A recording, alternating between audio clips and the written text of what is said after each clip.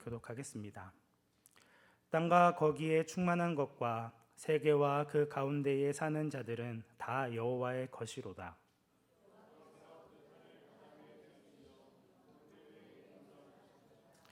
여호와의 산에 오를 자가 누구며 그의 거룩한 곳에 설 자가 누구인가?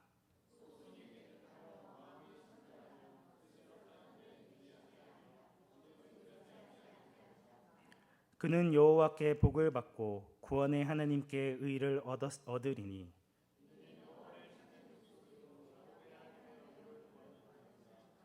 셀라. 아멘. 네, 저희 말씀 듣기 전에 우리 중고등부 교사들과 우리 학생과 봉사자들의 특송이 있도록 하겠습니다. 사실은 타이밍을 놓쳤는데 찬양에 너무 은혜를 받아서 특송을 까먹었었습니다. 네, 죄송합니다. 우리 꽃과 같이 귀하고 아름다운 우리 중고등부 아이들이 온전히 수련회를 통하여서 더욱 환하게 꽃을 피우는 그런 귀한 은혜가 우리 중고등부 수련회를 통해서 가득 넘치기를 기도하고 축복합니다. 우리 모두는 동일하게 하루 24시간의 시간이 주어져 있습니다. 가난한 사람이든 부한 사람이든 어린아이든 노인이든 남자든 여자든 인종이 어떠하고 국적이 어떠하든지 상관없이 이 땅을 살아가는 모든 사람에게는 똑같은 시간이 주어집니다. 만인에게 평등하게 동일한 시간이 주어지는데 이를 어떻게 활용하고 집중력 있게 사용하는지에 따라서 완전히 다르게 사용되어질 수 있죠. 하루 24시간 그리고 일주일 168시간을 무엇을 위해 그리고 어떻게 사용하는지에 따라서 완전히 다른 결과가 주어지게 된다는 것이죠. 우리는 우리에게 주어진 168시간의 시간을 어떻게 사용하고 계신지요? 우리는 우리에게 주어진 시간 속에서 하나님이 우리의 삶의 주인이시고 우리의 구원자이심을 잊지 않기 위하여 여러 공예회에 참석합니다. 예배를 통하여 우리에게 향하고 있었던 우리의 삶의 방향과 목적을 다시금 주님께로 고정시키고 하나님의 은혜와 사랑을 잊지 않게 해달라고 기도하고 간구합니다.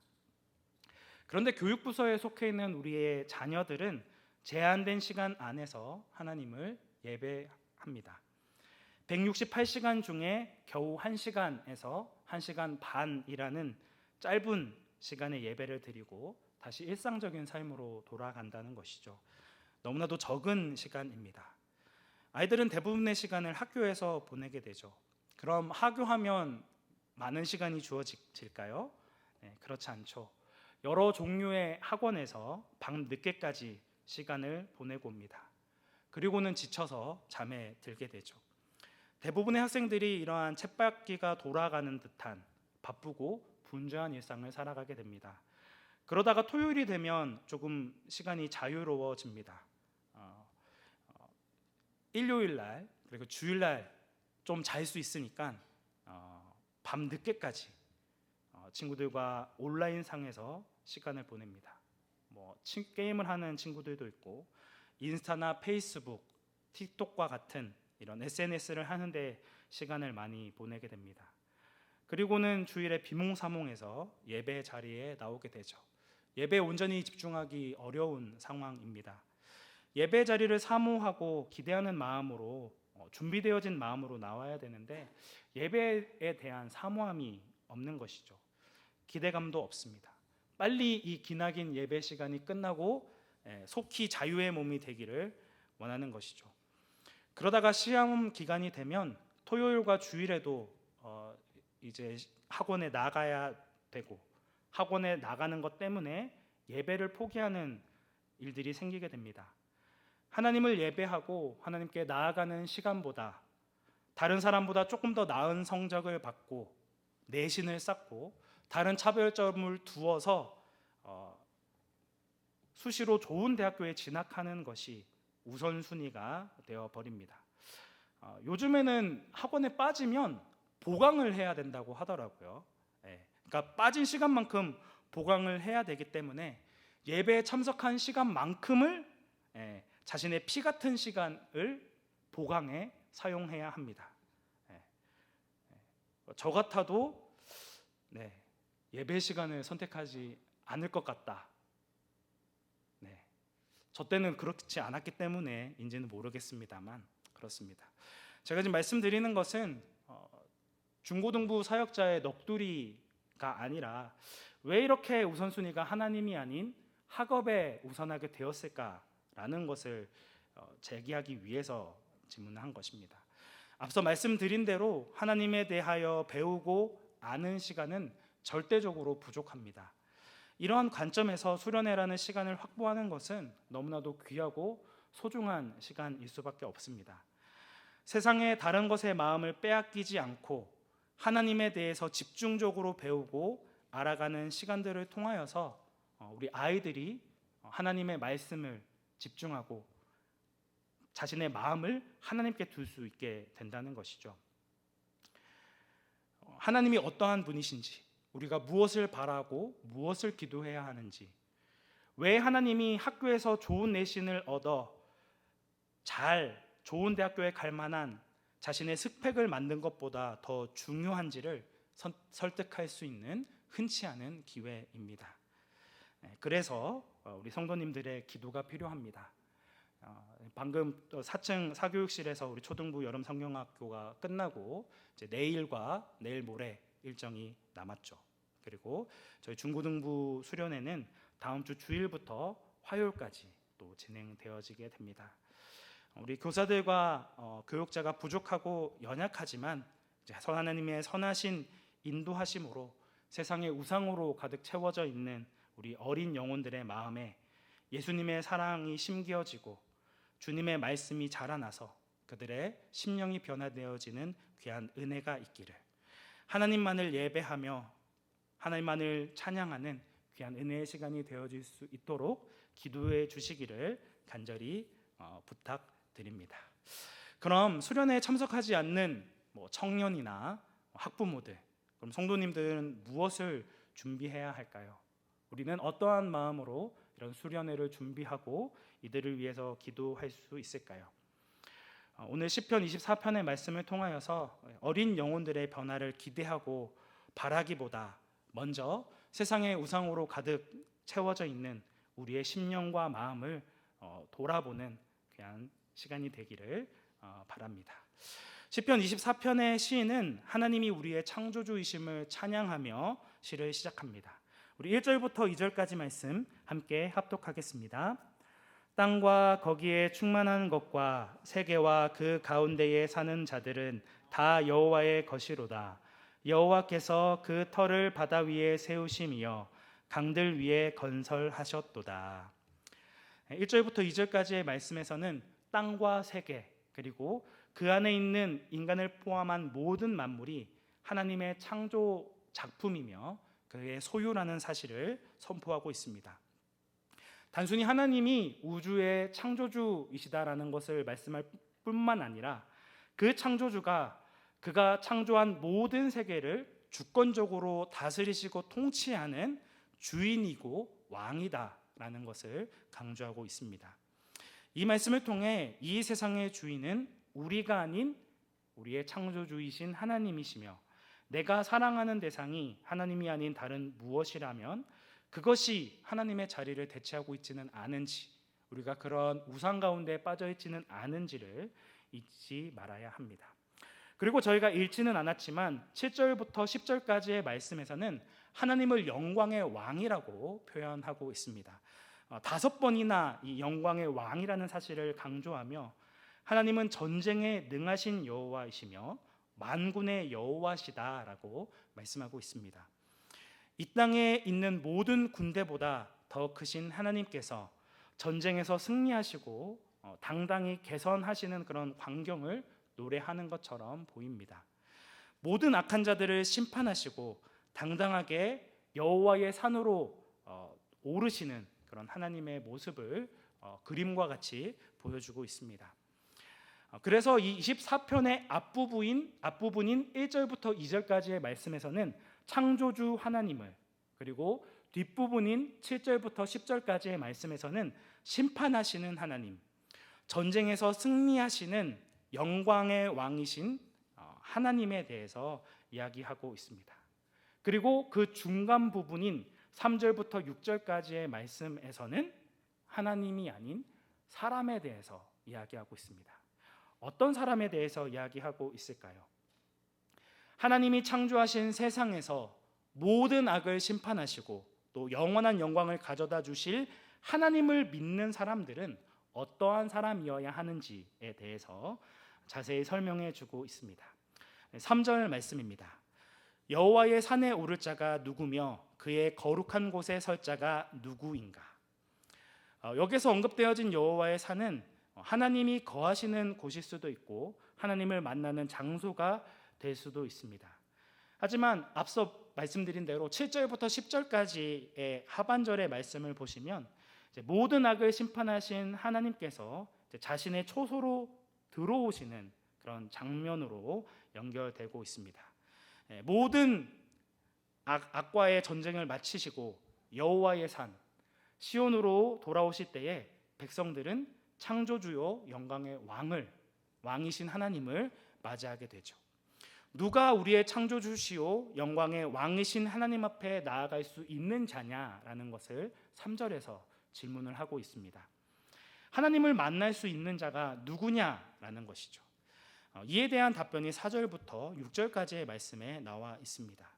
하나님의 처소로 나올 수 있는 자격이 있는 사람, 그의 거룩한 곳에 설 수 있는 사람이 누구인지를 이야기하고 있는 것이죠. 우리 4절 말씀 함께 합독하도록 하겠습니다. 곧 손이 깨끗하여 마음이 청결하며 뜻을 허탄한 데에 두지 아니하며 거짓 맹세하지 아니하는 자로다. 시편 기자는 하나님의 처소에 나아가며 그의 거룩한 곳에 설 수 있는 자를 크게는 두 가지로 깨끗한 손과 청결한 마음을 가진 사람이다라고 이야기하고 있습니다. 먼저 깨끗한 손은 무언가를 움켜잡지 않는 손입니다. 욕심을 부리지 않는 것이죠. 그래서 다른 어떤 것도 빼앗기지 않는 손이고 자신의 것을 내어줌으로 자신의 손에 아무것도 가지고 있지 않은 사람입니다. 다른 사람의 필요를 채워주면서 빈손이 될 줄 아는 손이 깨끗한 손이지요. 마태복음 6장 3절부터 4절까지의 말씀에서는 너는 구제할 때에 오른손이 하는 것을 왼손이 모르게 하여 내 구제함을 은밀하게 하라. 은밀한 중에 보시는 내 아버지께서 갚으시리라고 말씀하고 있습니다. 구제를 할 때 왼손이 하는 일을 오른손이 모르게 할 수 있습니까? 알 수밖에 없잖아요. 그것은 구제를 어떻게 하라는 것입니까? 언제 내가 이 구제를 했는지 알 수 없을 만큼 빈번하게 자주 그런 사랑을 베풀고 은혜를 흘려보내라는 것을 이야기하고 있습니다. 너무 많이 해서 이 구제하는 일이 어떤 특별한 1년에 몇 번 있는 그런 날이 아닌 수시로 하기 때문에 언제 내가 구제했고 언제 사랑을 베풀었는지 알 수 없는 그런 그 정도가 될 만큼 구제를 하라는 말씀을 하고 있는 것이죠. 결국 깨끗한 손을 가진 사람은 빈번하게 다른 사람을 구제하고 자신이 가진 재물을 나누어 주는 자입니다. 이웃을 사랑하는 손을 가진 사람이라는 뜻이죠. 이런 사람은 손으로 허탄한 일을 행하지 않는 사람입니다. 하나님께서 당신이 허락하여 주신 그 사랑과 은혜를 흘려보내도록 우리에게 주신 신체 기관인 이 손으로 부정한 짓을 하지 않는 것을 의미하고 있죠. 하지만 이 깨끗한 손을 가지고 하나님 앞에 나아갈 수 있는 자는 아무도 없습니다. 우리는 손으로 많은 욕심을 행하는 자들이죠. 하나님의 뜻을 쫓는 자가 아니라 자신의 욕심을 위하여 애쓰고 분투하고 이것을 너무나도 당연하게 생각하는 자입니다. 자신의 악한 뜻에 손을 움직이는데 주저하지 않는 자들이 바로 우리라는 것이죠. 그렇기 때문에 우리는 우리를 깨끗하게 해주실 수 있는 유일한 분이신 예수님의 은혜를 의지하고 그 예수님의 사랑으로 깨끗함을 입은 자들이 깨끗한 손을 가진 사람이 되어질 수 있습니다.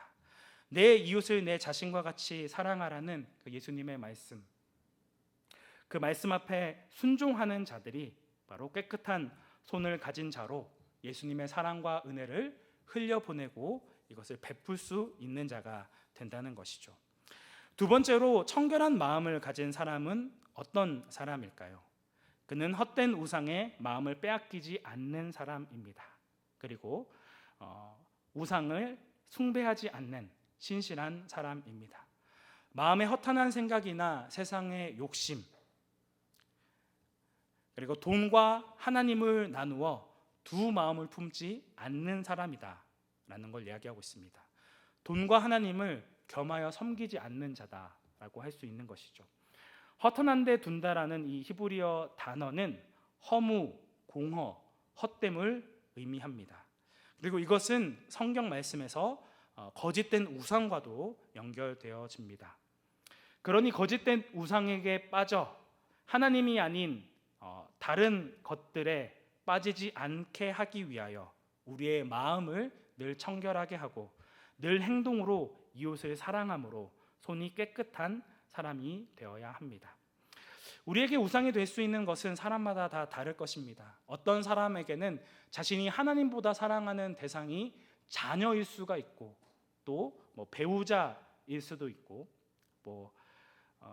명예일 수도 있고 돈일 수도 있죠. 하지만 이 모든 것들은 전부 허탄한 것에서부터 온 것입니다. 이런 삶을 살지 않는다는 것은 자신의 마음을 허탄한 데 두지 않는다는 것입니다. 이런 청결한 마음을 가진 자가 이어서 나오는 거짓 맹세를 하지 않는 자가 될 수 있습니다. 거짓 맹세는 자신의 이익과 유익을 위하여 다른 사람에게 거짓을 행하는 것입니다. 결국 탐욕을 쫓아서 내가 더 많은 것을 소유하기 위하여서 다른 사람을 속이는 것이죠. 세상의 욕망과 쾌락을 약속하는 사탄의 속임수에 빠져 하나님의 진리에서 벗어나게 되는 자가 되어집니다.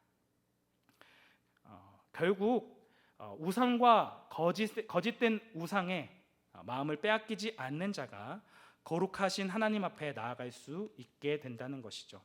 결국 이 시편 24편에서 계속 강조되어지는 것은 우리의 심령에 있습니다. 우리의 마음.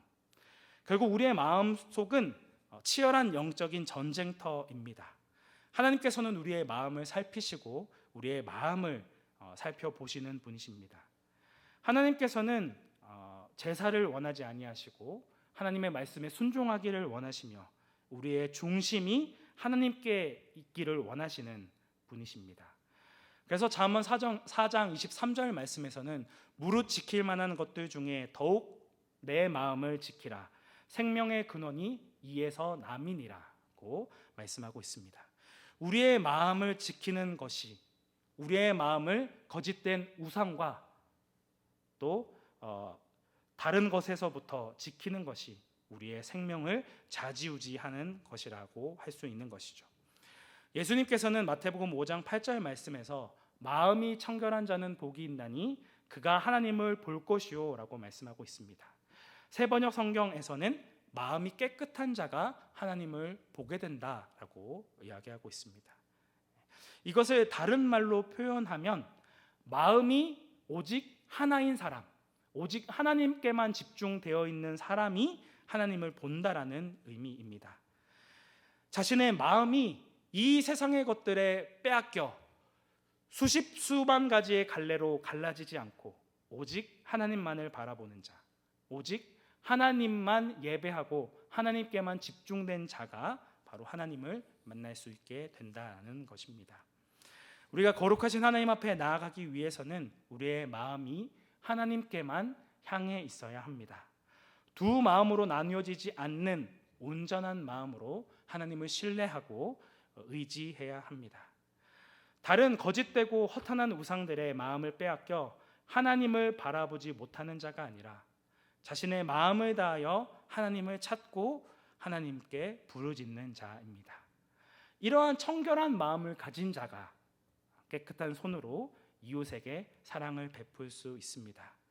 마음으로는 오직 하나님만을 바라보고 행동으로는 하나님께서 우리에게 허락하여 주신 신체 기관인 손으로 하나님의 은혜와 사랑을 실천하고 행하는 자인 것이죠.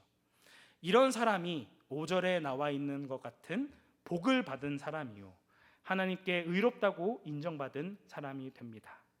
6절의 말씀과 같이 하나님을 찾는 자이고 하나님의 얼굴을 사모하는 사람이라 할 수 있습니다. 오늘 우리는 어떠한 마음으로 하나님 앞에 나아가고 계십니까? 오직 하나님만을 바라보는 청결한 마음으로 하나님 앞에 나아가고 계신지요? 우리의 깨끗한 손으로 하나님께 받은 사랑을 전하고 실천하고 증거하고 계신지요? 서론에서 말씀드린 것과 같이 모든 사람에게는 동일한 시간이 주어져 있습니다. 그 시간을 누구를 위하여 쓰느냐, 무엇을 위하여 쓰느냐, 어디에 우선순위를 두느냐에 따라서 그의 영원한 생명이 좌지우지 되어질 것입니다. 오늘 본문에서는 분명히 하나님 앞에 나아갈 수 있는 자의 모습을 설명하고 있습니다. 모두가 하나님을 예배할 수 있지만 하나님께서 허락하여 주신 축복을 누리지 못합니다. 누구나 하나님의 성전에 들어갈 수 있습니다. 그러나 모두가 하나님의 복과 의를 얻지 못합니다.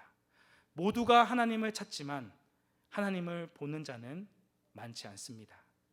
하나님이 주실 선물에만 관심이 있고 자신이 누릴 복만 구할 뿐, 우리가 구해야 할 하나님의 얼굴을 구하지 않기 때문입니다. 성전에서만 하나님을 찾고 우리의 실제적인 삶에서는 하나님을 찾지 않는다면 그는 하나님을 찾을 수도, 그의 얼굴을 볼 수도 없을 것입니다. 청결한 마음으로 오직 하나님만을 바라보고 깨끗한 손으로 주님이 주신 그 사랑을 실천하고 행하는 그런 귀한 은혜가 우리 온산함교회 모든 성도님들에게 가득 넘치기를 원합니다. 거짓된 우상에 마음을 빼앗겨 버리고 헛된 것을 소망하는 이 약한 세상 가운데서도 오직 주님의 은혜를 바라보며 다시금 주님 앞에 나아가는 우리 중고등부 수련회가 되어질 수 있도록 주님만을 예배하고 그 사랑을 실천하는 우리 온사랑교회 중고등부 친구들이 되어질 수 있도록 위해서 기도해 주시기를 다시 한번 간곡하게 부탁드립니다. 이 시간 함께 찬양하며 하나님 앞에